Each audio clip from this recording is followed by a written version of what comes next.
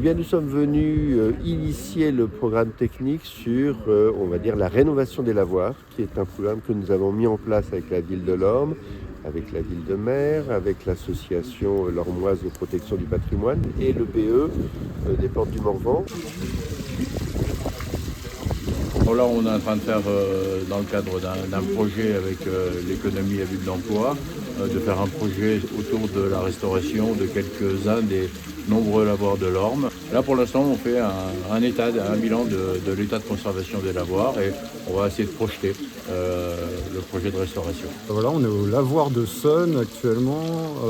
C'est donc notre premier passage. On repère un petit peu l'étendue des travaux. Donc on a déjà vu que la toiture est en creux. Donc on va devoir certainement soutenir la charpente, la relever, faire un sabot. On a aussi le pourtour en bois à éventuellement refaire à neuf. Donc gros travail de menuiserie avec de la fixation.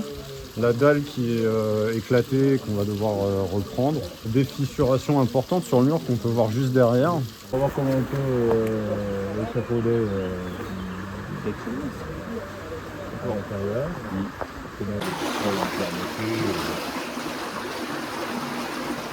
Alors là, ça va peut-être le coup, peut-être ce mur-là, parce qu'il était rendu, de le réarmer.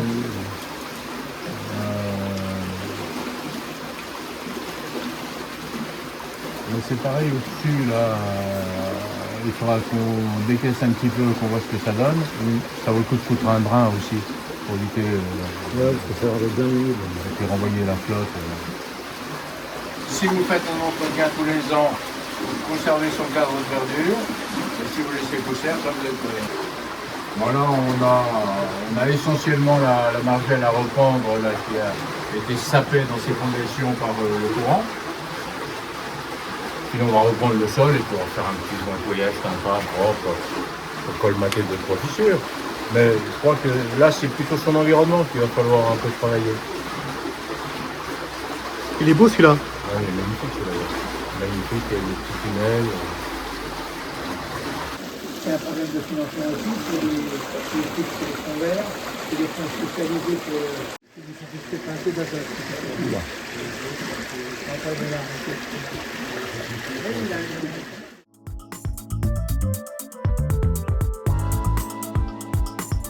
Alors le projet est très important parce qu'il fait partie de la sauvegarde du patrimoine rural. C'est un petit peu la mémoire du pays et donc il paraît très important de maintenir en bon état des petits patrimoines ruraux qui sont malheureusement souvent en mauvais état.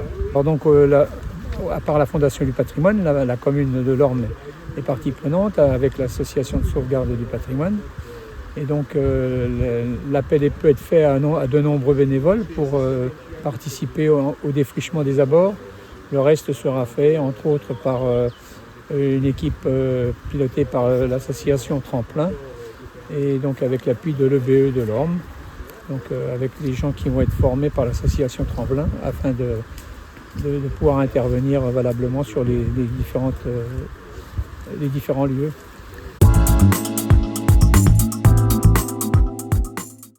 Ce sont une multitude de chantiers de petite ou de moyenne importance et l'intérêt de cette opération, c'est que rénover un seul lavoir aurait été trop d'énergie pour une petite opération, il n'aurait été pas susceptible d'avoir les financements et subventions. Mettre un ensemble de lavoirs nous permettait d'avoir la masse critique qui permettait d'avoir un financement intéressant. La Fondation du patrimoine abonde une collecte de dons qu'on a mis en ligne, qui doublera le montant ce qui est récolté au niveau des dons. Autrement, il y a une grosse partie du financement qui est faite par la région. On a par ailleurs d'autres recherches avec le parc du Morvan et la Camosine. Apparemment, le financement ne pose pas trop de problèmes. On devrait arriver à boucler les problèmes sur les devis existants. Mon rôle, là, comme je viens de le citer, c'était de justement relever un peu toutes les problématiques, voir un peu le champ d'action sur lequel on va agir, et coordonner un peu notre équipe avec Michel qui sera le maître d'œuvre. Et puis justement essayer de donner le goût du patrimoine, de partager les compétences, les savoirs, que en local on acquiert aussi ce plaisir du patrimoine, du bâti, de nos petits bijoux qui sont cachés comme ici à Sonne, dans ce très beau paysage.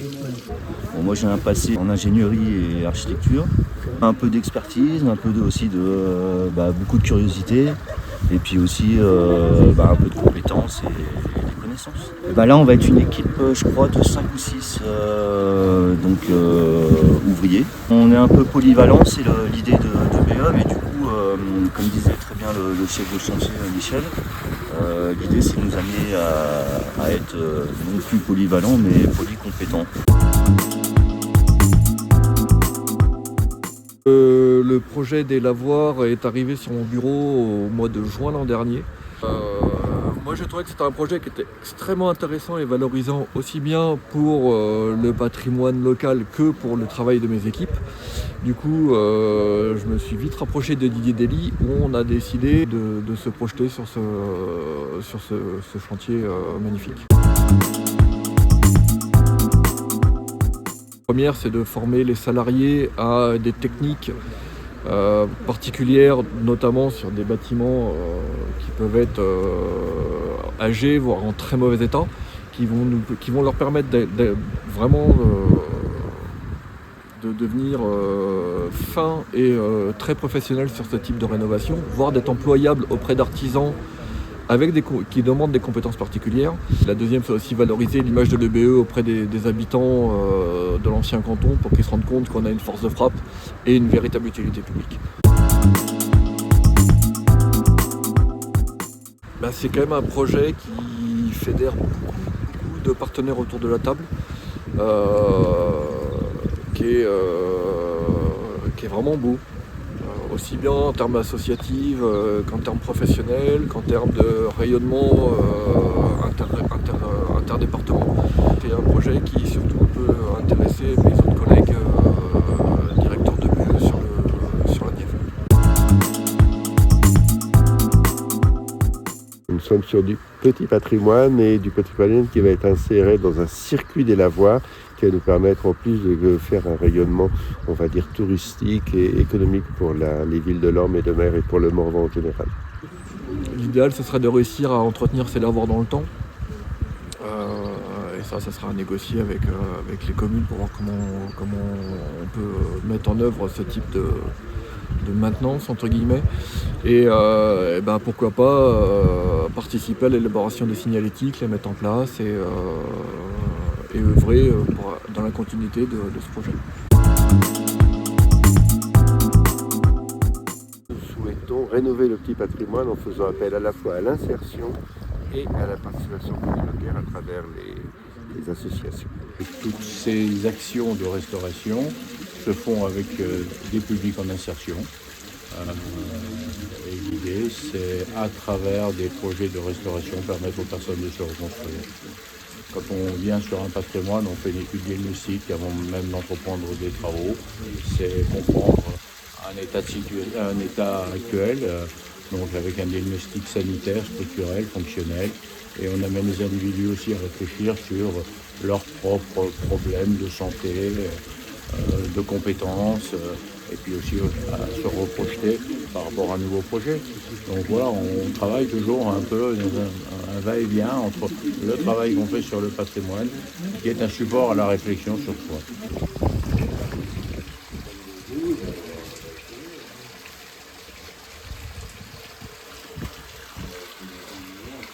C'est que du bonheur.